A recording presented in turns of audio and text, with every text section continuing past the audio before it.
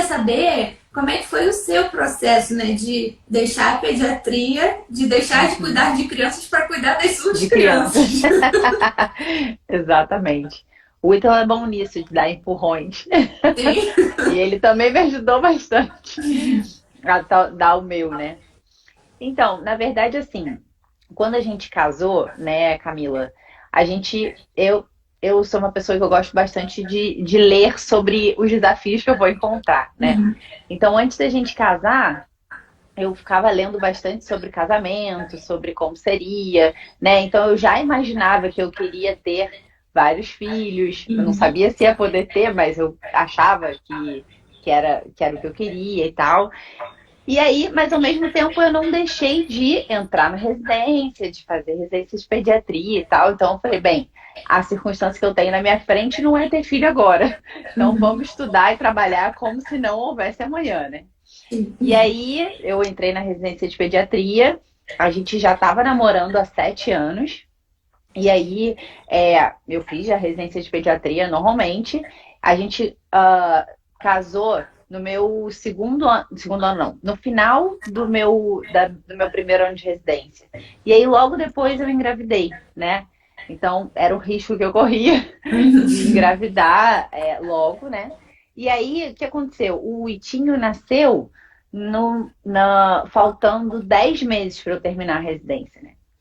E aí ele nasceu e eu, tudo bem, né? Vamos lá, ele vai nascer e depois eu vou voltar para a residência e aí vou terminar minha residência e tal. E eu, de fato, tentei que isso acontecesse, né? Então, quando ele nasceu, primeiro que eu achava que ia tirar de letra, porque eu falei, residência de pediatria, vou ter moleza. Isso aqui tá no papo, tô acostumada a acordar às 3 em 3 horas para ver paciente no plantão, vai ser maravilhoso, né? Obviamente que não foi nada disso. Aconteceu tudo, né? Fala que o Itinho, tudo de dificuldade que poderia acontecer numa vida materna aconteceu no meu primeiro filho, né? E aí foi muito bom, assim, porque eu, como médica e atendia muitas mães, eu tinha muito na minha cabeça.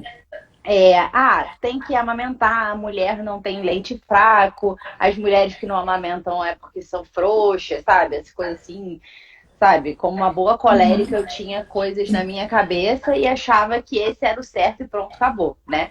Então, quando tipo, eu vi uma criança se comportando mal, como todo mundo faz, todo mundo que não tem filho, né? Começa, nossa, como é que essa mãe faz um negócio desse, não sei o quê, né? Uma vez eu atendi uma criança e eu me lembro que ela sentou e a mãe ficou em pé. Eu falei, pode sair daí. Sua mãe que vai sentar. Levanta. Aí a mãe, tipo, olhando pra mim assim, né? Então, tipo, essas coisas assim que eu fazia como pediatra sem ser mãe, faz essas coisas jovem, né? E aí, o que aconteceu? Então, enfim, continuei a residência grávida, foi super difícil, porque enfim, ficava acordada 70 horas por semana trabalhando, e mais a gestação, e mais o cuidado da casa, né? E todas as coisas que eu tinha que fazer.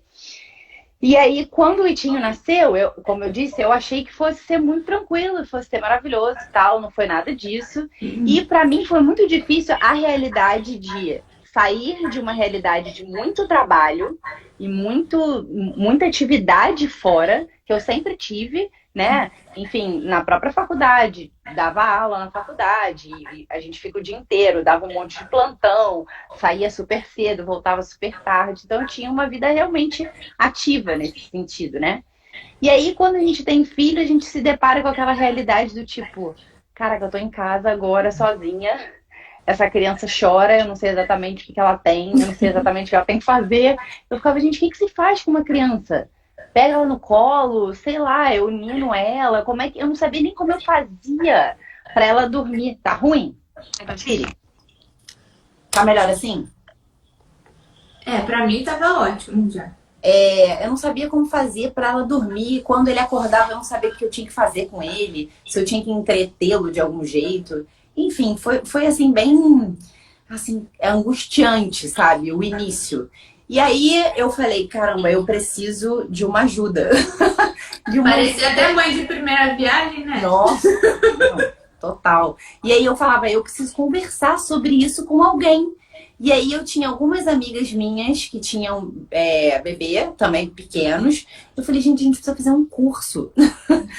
A gente precisa conversar sobre o assunto, a gente precisa fazer... Aí a gente fez um grupo de e-mail no Gmail naquela época, há 11 anos atrás, em que a gente ficava trocando e-mail, sabe? E é isso, seu filho tá dormindo, seu filho não tá dormindo, como é que você tá fazendo, como é que não tá fazendo? Pra poder a gente ficar conversando, né? E aí, enfim... Quando deu os 4 meses que eu ia ter que voltar do Itinho, porque apesar de ser uma residência de pediatria, eu tinha que voltar com ele com 4 meses, então eu ia ter que meio que praticamente parar de dar mamar para ele, porque eu saía muito cedo e voltava muito tarde. Eu tinha tentado dar o máximo de plantões que eu precisava pagar no meu 2º ano de residência antes dele nascer, né? Mas mesmo assim ainda faltavam alguns. E aí... Quando eu tive que voltar, eu tentei na minha residência para conversar com o meu preceptor, para ver se eu conseguia, pelo menos, fazer a minha residência em meio período. Então, daí eu ficaria com ele de manhã e à tarde iria para a residência, né? Então, porque eu assim, não tinha na minha cabeça que eu ia largar o meu trabalho para ficar com meu filho, entendeu? E isso não era uma coisa clara para mim, de que era o melhor a ser feito, né? Então eu tentei de vários modos fazer com que, de fato, eu conseguisse ter as duas coisas ao mesmo tempo. Eu acho que é a maioria dos dramas das mulheres, né? Você fala, caramba, eu quero tudo. Eu quero trabalhar fora e eu quero estar com os meus filhos, né? Então acho que a mulher moderna tem essa grande questão, né? Porque ao mesmo tempo ela sente que tem uma vocação, talvez algumas profissões, como por exemplo medicina, advocacia, sei lá, sejam mais medicinas de vocação, assim, né? Então a gente pensa, caramba, eu tenho vocação para isso, para cuidar das pessoas, para estar com as pessoas, eu estudei a minha vida inteira para isso. Então você abandonar isso é muito difícil. E além disso, tem muita pressão externa, né? A pressão dos nossos pais, de que, puxa vida, caramba, você dedicou a sua vida inteira, né? Foi em primeiro lugar na residência, fez uma ótima faculdade, você vai largar tudo isso para poder ficar em casa com seu filho, né? É uma coisa do tipo, cara, você tá louca, né? E enfim, a gente é meio que educada para essa realidade, né? Do trabalho fora, assim. E para mim, de fato, além disso tudo, eu estava sentindo essa angústia de estar em casa, entendeu? De estar só nessa realidade. Embora estivesse gostando daquela realidade. Mas era difícil, né? Sim. Enfim, aí eu, com 4 meses, tentei na residência e tal, tentei conversar, não sei o quê. E daí eu falei, gente, não, impossível. Impossível eu ia ter que, tipo, deixar o meu filho na creche das 7 da manhã às 7 da noite no mínimo, né? Enfim, o Ítalo tava acabando a faculdade, eu não podia contar com a minha mãe, não podia contar com a minha sogra. E aí eu falei, realmente não vai ter jeito. Um dia o Ítalo falou pra mim, Sâmia, eu acho que, assim, sabe aquela pessoa que fica tentando arranjar uma solução e a solução não existe, a solução é você sair do seu trabalho, né? Aí eu falei, cara, não tem solução. Daí eu falei, eu vou ter que ir na residência e vou largar a residência, né? E eu te confesso, Camila, que foi muito difícil pra mim. Muito difícil. Não foi uma coisa super fácil. Um dia que eu cheguei lá, nossa, que maravilha, vou ficar em casa com meu filho, vai ser maravilhoso, né? Não foi. Foi bem difícil pra mim.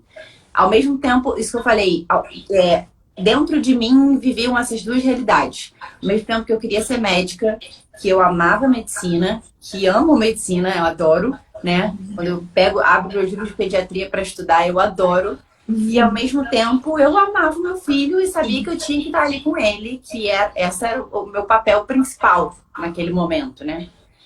Então essas duas realidades ficavam brigando dentro de mim, né?